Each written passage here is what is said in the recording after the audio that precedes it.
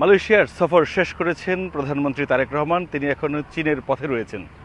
দুই দেশের স্বার্থ সংশ্লিষ্ট বেশ কিছু বিষয় নিয়ে সমঝোতায় পৌঁছেছে দুটি দেশ, মালয়েশিয়া এবং বাংলাদেশ।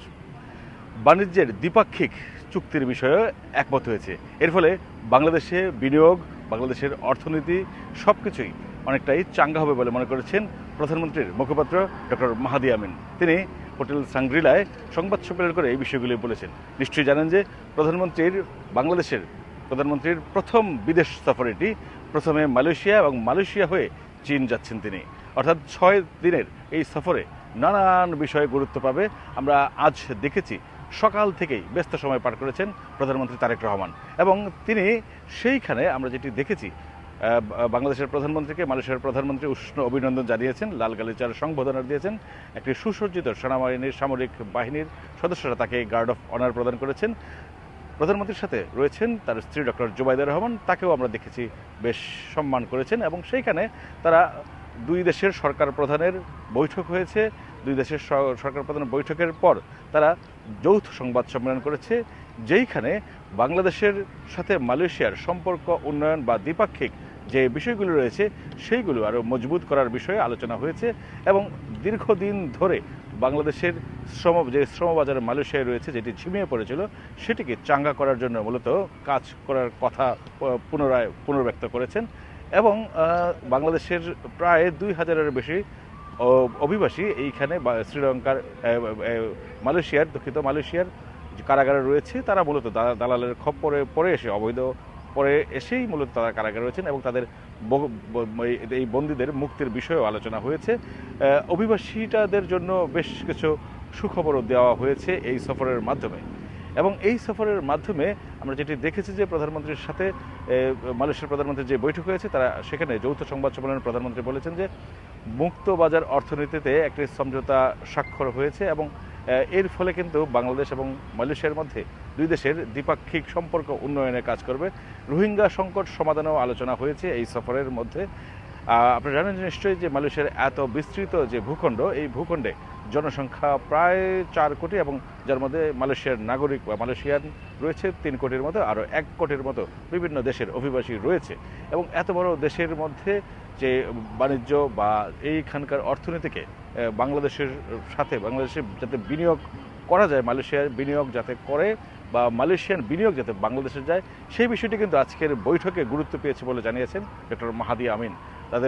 তাদের এটি প্রাধান্য ছিল বলে জানিয়েছেন যে মালয়েশিয়ার বিনিয়োগ বাংলাদেশে তারা নিশ্চিত করতে চায়, বাংলাদেশের সরকার সেটি আসলে নিশ্চিত করতে চায়, এবং সেই দেশের মানুষের সাথে তাদের সম্পর্ক উন্নয়ন, অর্থাৎ মালয়েশিয়ার পাশে বাংলাদেশ থাকবে, বাংলাদেশের পাশে মালয়েশিয়া থাকবে, এমন কিন্তু আশাবাদ ব্যক্ত করা হয়েছে।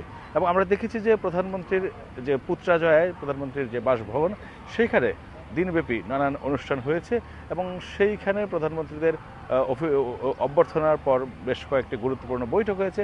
এবং বৈঠক শেষে আমরা সেখানে তারা দেখেছি যে তাদের প্রধানমন্ত্রীর সহধর্মিণী ডক্টর জুবাইদা রহমানকে একটি স্কুল পরিদর্শন করেছেন। আমরা দেখেছি যে তাদের এই যে বাসভবনটি, তার পাশে যে লেক রয়েছে, সেখানে তাদের ভ্রমণের বিষয়টি আমরা দেখেছি। এবং মধ্যাহ্নভোজ শেষ করে প্রধানমন্ত্রীর যে বাসভবন পুত্রাজয়া, সেটি থেকে তারা এসেছেন কুয়ালালামপুরে। সেখানে দুটি বাণিজ্যের ব্যবসায়ীদের সাথে দুটি বৈঠক হয়েছে, অর্থাৎ সেখানে বৈঠক শেষ করে কিন্তু প্রধানমন্ত্রী চীনের উদ্দেশ্যে রওনা দিয়েছেন। আপনারা নিশ্চয়ই জানেন যে এই প্রথম প্রধানমন্ত্রীর বিদেশ সফরকে নিয়ে মানুষের মধ্যে যে আগ্রহ রয়েছে, সেই আগ্রহের অনেকটাই প্রত্যাশা পূরণ করতে সক্ষম হবে বলে জানিয়েছেন প্রধানমন্ত্রীর মুখপাত্র মাহাদি আমিন। তিনি বলেছেন যে এই সফর আসলে অনেক গুরুত্ব বহন করবে, এবং এই 6 দিনের যে সফর, তার মধ্যে মালয়েশিয়ার 2 দিনের সফরের মধ্যে মোট 18 ঘন্টা তিনি মালয়েশিয়ায় অবস্থান করেছিলেন। এবং মালয়েশিয়ার গতকাল আমরা দেখেছি যে এখানকার সুধী সমাবেশে তিনি অংশ নিয়েছেন, এবং সেইখানে যে বাংলাদেশি অভিবাসী রয়েছে তাদের সাথে তার বেশ লম্বা সময় তিনি সেখানে বক্তব্য দিয়েছিলেন, প্রায় 1 ঘন্টা 10 মিনিটের মতো। সেইখানে এই সমস্যা সমাধানের বিষয়গুলো কিন্তু তিনি নিজ থেকেই বলেছেন। এবং আমরা জানি যে চীনে যেই সফর রয়েছে 4 দিনের, তিনি সেইখানে জালিয়াতে যাবেন, গুয়াংজু যাওয়ার কথা রয়েছে, এবং একই সাথে তিনি বেইজিংয়ে থাকবেন, সেইখানে বেশ কিছু অনুষ্ঠানে যোগ দেবেন, দুটি বাণিজ্যিক সম্মেলনে যোগ দেবেন। এবং চীনের বিনিয়োগ বাংলাদেশে, যে আপনারা নিশ্চয়ই জানেন যে চীন বিভিন্ন দেশে বিনিয়োগ করে, বাংলাদেশেও তার সেই বিনিয়োগের বিভিন্ন আমরা নজির এর আগেও দেখেছি। এই বিনিয়োগ যাতে আরও বাড়ানো হয় সেই বিষয় নিয়ে কিন্তু আমরা কাজ করবে সরকার, এমনটি জানতে পেরেছি। যেখানে তিস্তা ব্যারেজ, পদ্মা সেতু, দ্বিতীয় পদ্মা সেতু নির্মাণ সহ বড় বড় মেগা প্রকল্পের বিষয়গুলি আসবে এবং সেগুলি মূলত চীন হয়তো সেখানে বিনিয়োগ করবে বা চীনকে বিনিয়োগ করার জন্য তারা উদ্বুদ্ধ করবে। যদিও চীন এর আগে থেকে বলেছিল তারা বড় প্রকল্পে আরও বিনিয়োগ করতে চায়, সেই বিষয়গুলি হয়তো এই সফরের মাধ্যমে নিশ্চিত হবে। মালয়েশিয়ায় অভিবাসীদের বিষয়টা নিশ্চিত হবে এবং একই সাথে বিনিয়োগ নিশ্চিত হওয়ার পাশাপাশি চীন থেকে বাংলাদেশ বড় বিনিয়োগ পেতে চায় এবং এটি আসলে বাংলাদেশের যে কূটনীতি, বাংলাদেশের সেই কূটনীতিকে আরও জোরদার করার জন্য প্রধানমন্ত্রীর সফরে আমরা দেখেছি যে মালয়েশিয়ার সফরে তারা 24 জনের একটি প্রতিনিধি দল এসেছিলেন। সেটি আরও কমবে চীনের ক্ষেত্রে আরও প্রতিনিধি কমে, আমরা যতটুকু শুনতে পেরেছি আরও কম প্রতিনিধি সেখানে যাবে এবং দুই দেশের স্বার্থ সংশ্লিষ্ট বিষয়গুলো নিয়ে আলোচনা হবে এবং বাংলাদেশের অর্থনীতি কীভাবে চাঙ্গা করা যায়।